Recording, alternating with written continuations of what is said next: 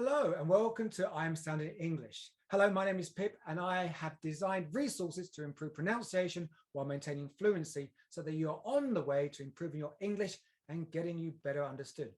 This is the 12th in a series about how to improve pronunciation naturally while acquiring a second language by focusing this time on connected speech. In the last video, I explained the music of intonation, and before that, I explained how to build up pressure on particular consonants. This time I will draw attention to connected speech. I will focus on 5 main types of connected speech and how this can be applied to regular topics using my pronunciation training videos and hopefully to your students so they can apply to their conversations on the same topic. Blah, blah, blah, blah. That was not very good.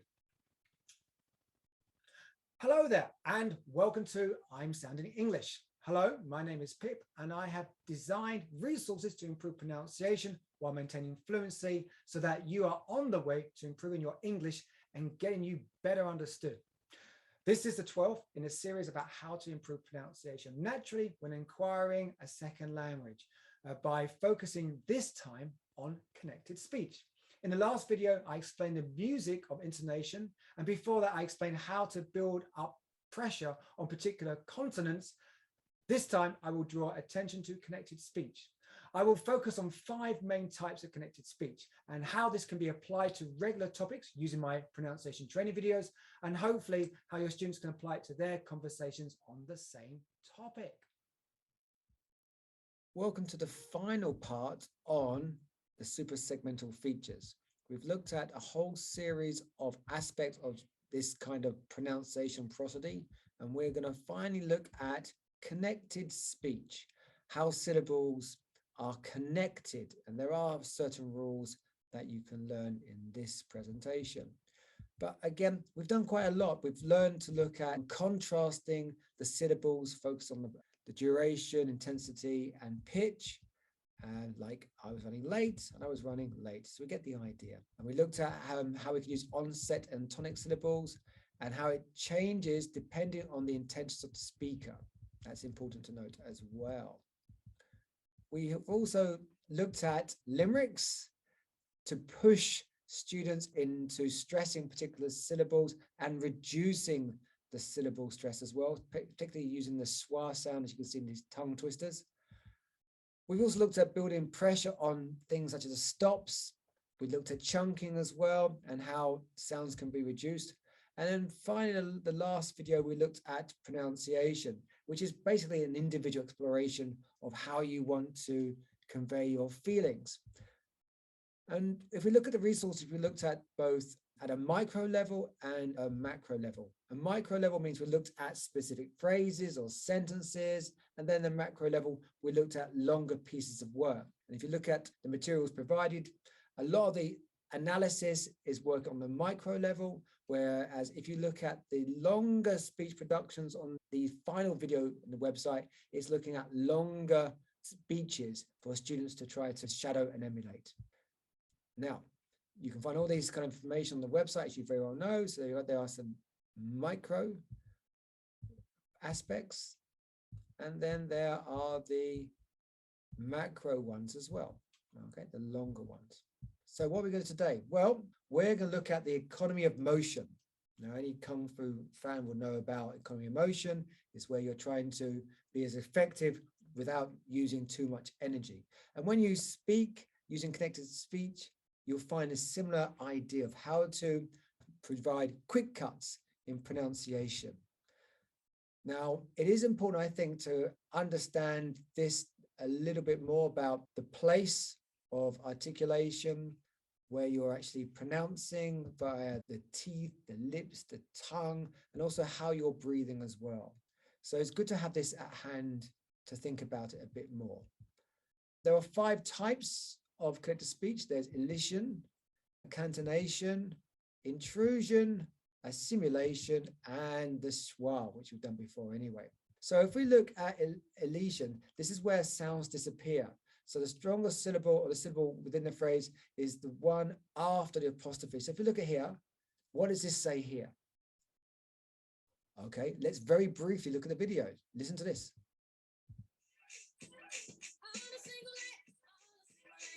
Okay, are the singer ladies, not the single. So there's a reduction in the sound. It disappears. Here are some examples.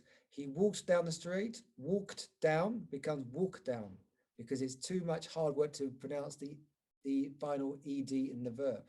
Or we should eat less sugar. Now, if you say it faster, less sugar, you'll find that you stop pronouncing the s sound in less because it's the same sound.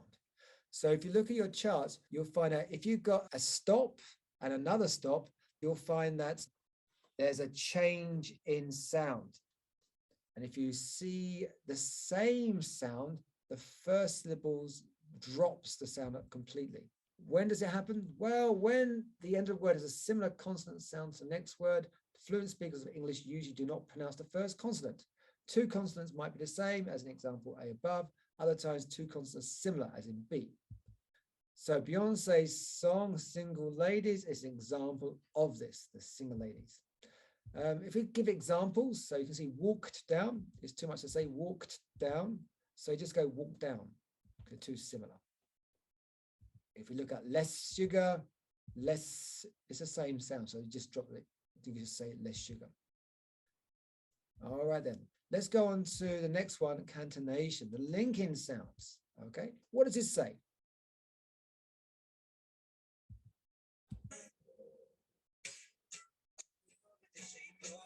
The shape of you, shape of, okay? So shape of. Now this is a linking sound of two vowels, okay? So if you look here, it's a big opportunity, big opportunity, not big op. Or I woke up, I woke up. So what happens? Well, when one word ends with a consonant and the next one begins with a vowel, the two words basically merge together with the consonant sound flowing directly into the vowel sound. So Shape of You by Ed Sheeran, 2017 is a clear example, shape of. So the O is a vowel, so shape of you. Again, if we look at the this diagram, big opportunity. Or woke up. Here are some examples to focus on. He speaks Spanish. He speaks Spanish. I like it. I like it. I can understand it. The Big Apple. He ate up everything. He worked up an appetite. And the red door. So that's it, linking sounds. And there are many other examples of it. Depend, I like it. Hold on, get up late, the sky, and kicked out. So you can see some people might get confused in listening because the changing sound becomes more confusing. It just takes practice. So when a stop sound is followed by another consonant, you must hold the stop sound. What does this mean? Instead of releasing air after you create the sound with your lips or tongue, hold the pressure inside your mouth. This allows to both to link, like sit down, and consonant combination words like lobster. Linking continuous is easier since you can just continue with one consonant to the next without stopping the airflow, like aims to, aims to. And it's tall, is tall. So it just joins the other one. So here's some examples again. So up top, baked buns, great day, cookbook, help now, fried beans, big dog, and dark night. So you can see that dark night, how it changes. The third one, intrusion. It means inserting sounds. And here we go. So it's me out. So this y sound has suddenly come into the sentence. And there are several to think about. There's the w sound. So you go ahead and I'll follow. So go ahead, o-a, there's two vowel sounds. We include the w to make it flow better.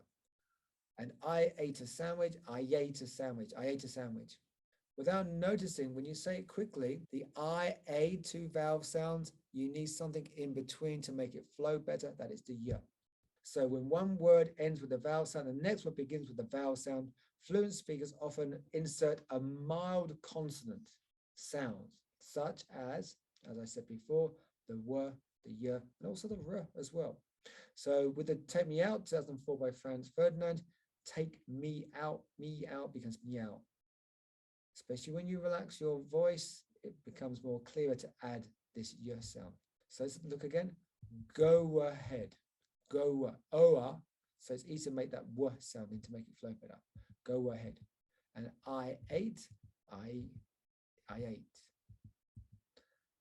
There's the r sound as well. Laura Nalda.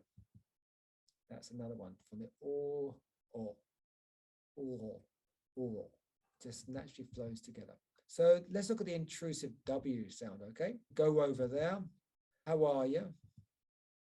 There's the y sound. I ate. Or he is over there. He is over there, not he is. So there's quite a few examples. We ate in, go on, they allow it. You know it. May I go out? That's so amazing, so amazing. I'll buy it and share out. So it does occur. If we look at the linking R, it links. Go in this catalog. My idea of heaven. We saw a film. We went via Australia. Okay, so it does that in. The fourth one is assimilation. This is where you change the sound as a result of syllables before and after. So what's this song?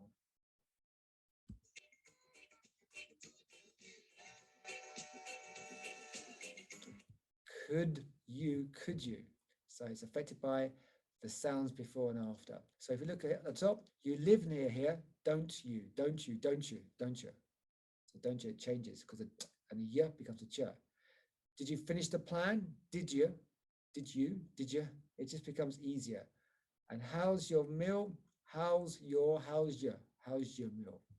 So how does it happen? Well, due to collective speech, many words that start with the letter y can cause confusion. This is because the initial sound of the word often combines with the final consonant sound of the previous word, creating an entirely new consonant sound. So the t and the y becomes ch, like don't you, and the d and the y becomes j, or like did you, and the s and the y becomes j, how's you. But if you work on the stressed and unstressed syllables and learn to become tense and lax, you will find that with the economy of motion, because you're using your tongue as economically as possible, you'll start to make these sounds.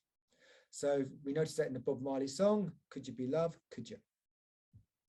So if we look in here, don't you, don't you. It's a nice in-between sound. Or did you do it? Did you? It's just a nice in-between sound. And how's your food? How's your food? It's right in the middle. D becomes B when followed by PB or M. Okay, the D becomes the B. So examples: could be better, could be better, could be better. Or you could publish it, Obviously, when you say it slow, you go, you could publish it, but you could publish it. You can make the could accidentally because you're just being more economical with how you pronounce it, or you can even drop it and just say you could publish. No sound at all. They can make it, and the dirt becomes a gut. So when followed by a cut or a gut, the dirt becomes a gut. Yeah, okay. So, for example, you should come. We could go. So if we look here, broadcast. Saying that we say broadcast. Main course, not main, but main course. Just easy to say it. On the house, on the house. So not on, but on. It's at the back of the throat. Good shot.